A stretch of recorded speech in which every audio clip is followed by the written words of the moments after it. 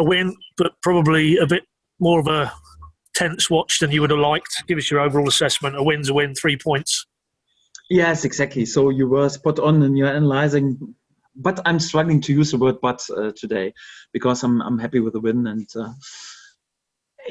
each and every game on this level is difficult. It's so difficult. You have to be spot on and fully switch on in each and every second in order to win points. You just have to have a look on other results. So it's so difficult in this league to win points. And it's a massive compliment to my lads that we are delivering at the moment with consistency. And I'm pretty delighted with the win, pretty delighted with 3 points, delighted with the clean sheet, and also with the performance. So actually, it's the 1-0 result is actually a joke anyhow, because the game should have been already buried at halftime. So when I think about not just about the goal of Teemu, but also all the other situations, Teemu Pukki 1-on-1 on the goalkeeper out of 11 yards, Mario Francic 10 yards central in front of the goal, Emi Buendia 10 yards central in front of the goal. So if you could pick 3 players who should finish this situation, then we would exactly go for these 3 players. But also all the other situations, Todd, good shooting position in the box. Max Aarons thought in one situation after a great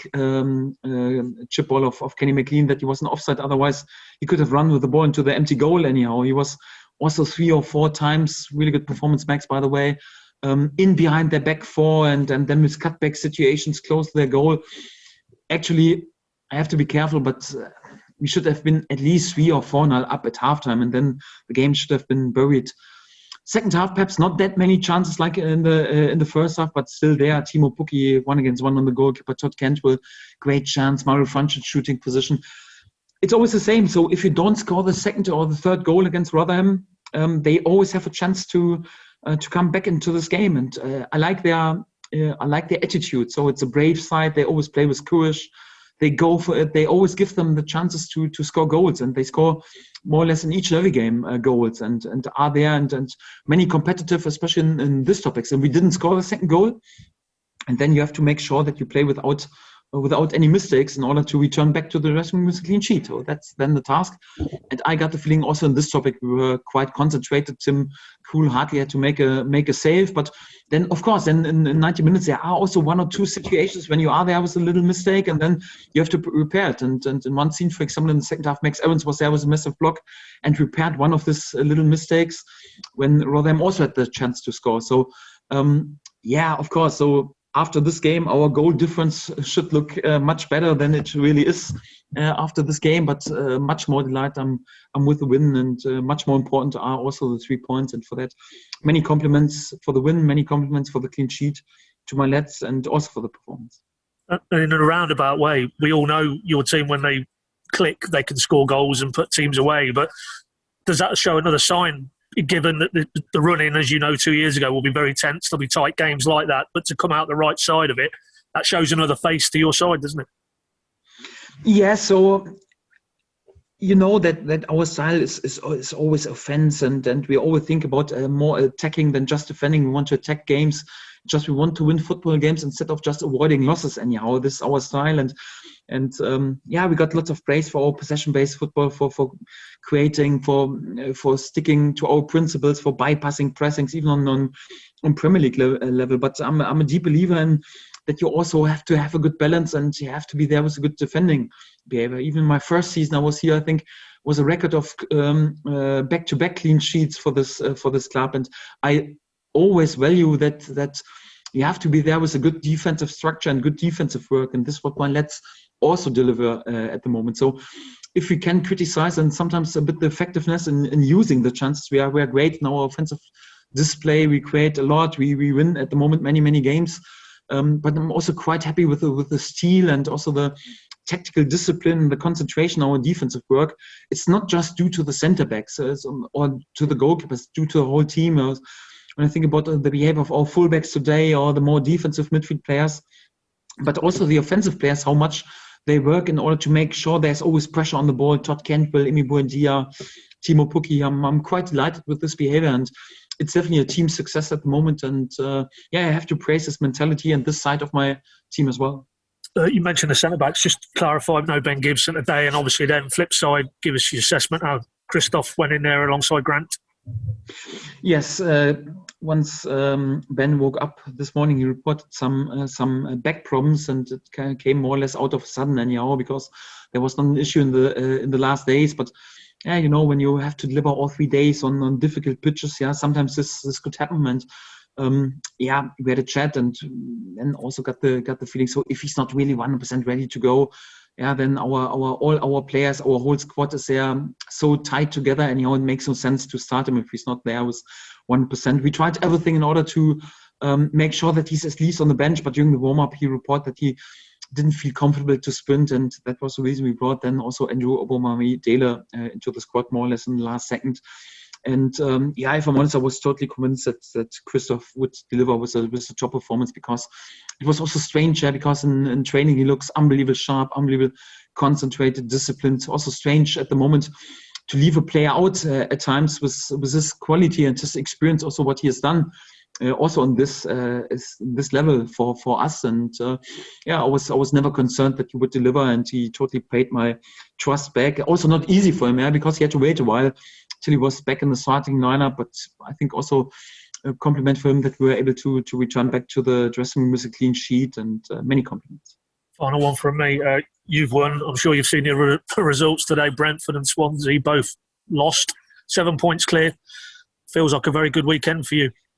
Yes, but if I'm honest, all the other results are not important for us. It just shows that you always have to be switched on, that each and every game is unbelievably difficult, and how much we should also value when we are there with a 2-0 win at Coventry, unbelievably comfortable. So they take our game a little bit away. So I mentioned, meanwhile, they have then lost just 1 out of 11, and I think there were 8 or 9 times there was a clean sheet anyhow, and it just says a lot about our performances in the last week, and also how massive our results are, and all the other topics are not important. For the table is, for me, really it's not important at the moment. Just the points are important, and I'm happy and delighted with 64 points. But one thing is also for sure. So if we stop winning points right now with 64 points, we wouldn't even make it into the playoffs. So let's make sure that we win as quick as possible.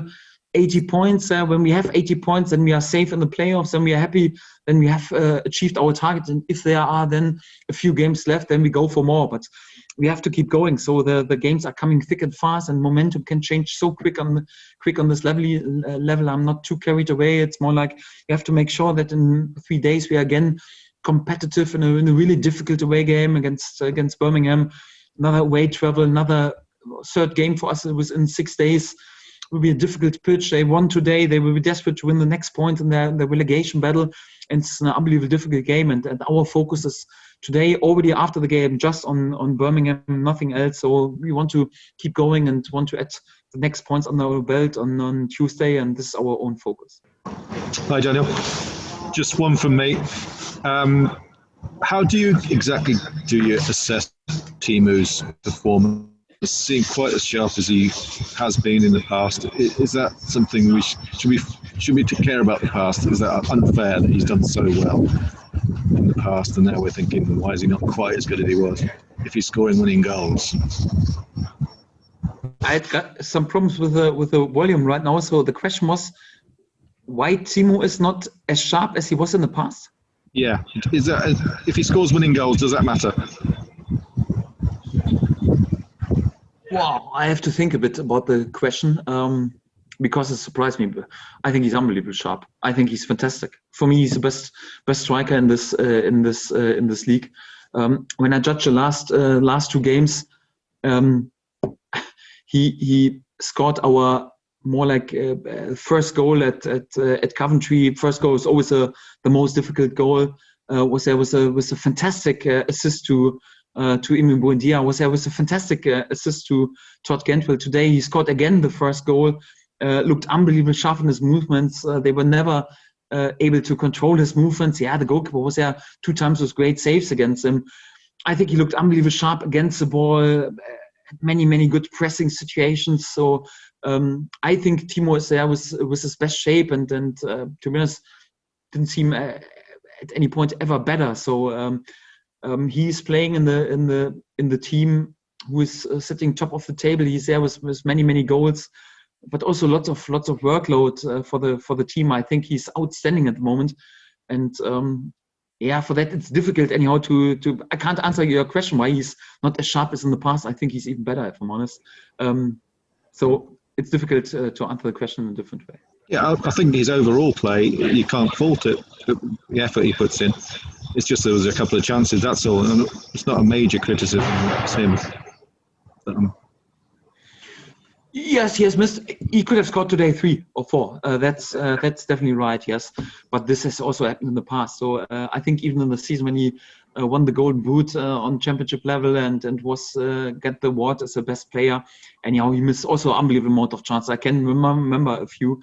It's always the same. So if he would use each and every chance, he would finish up with 1 goal. It's the same for Robert Lewandowski or Mo Salah. You can't finish each and every situation. Yes, today he could have scored 2 or 3.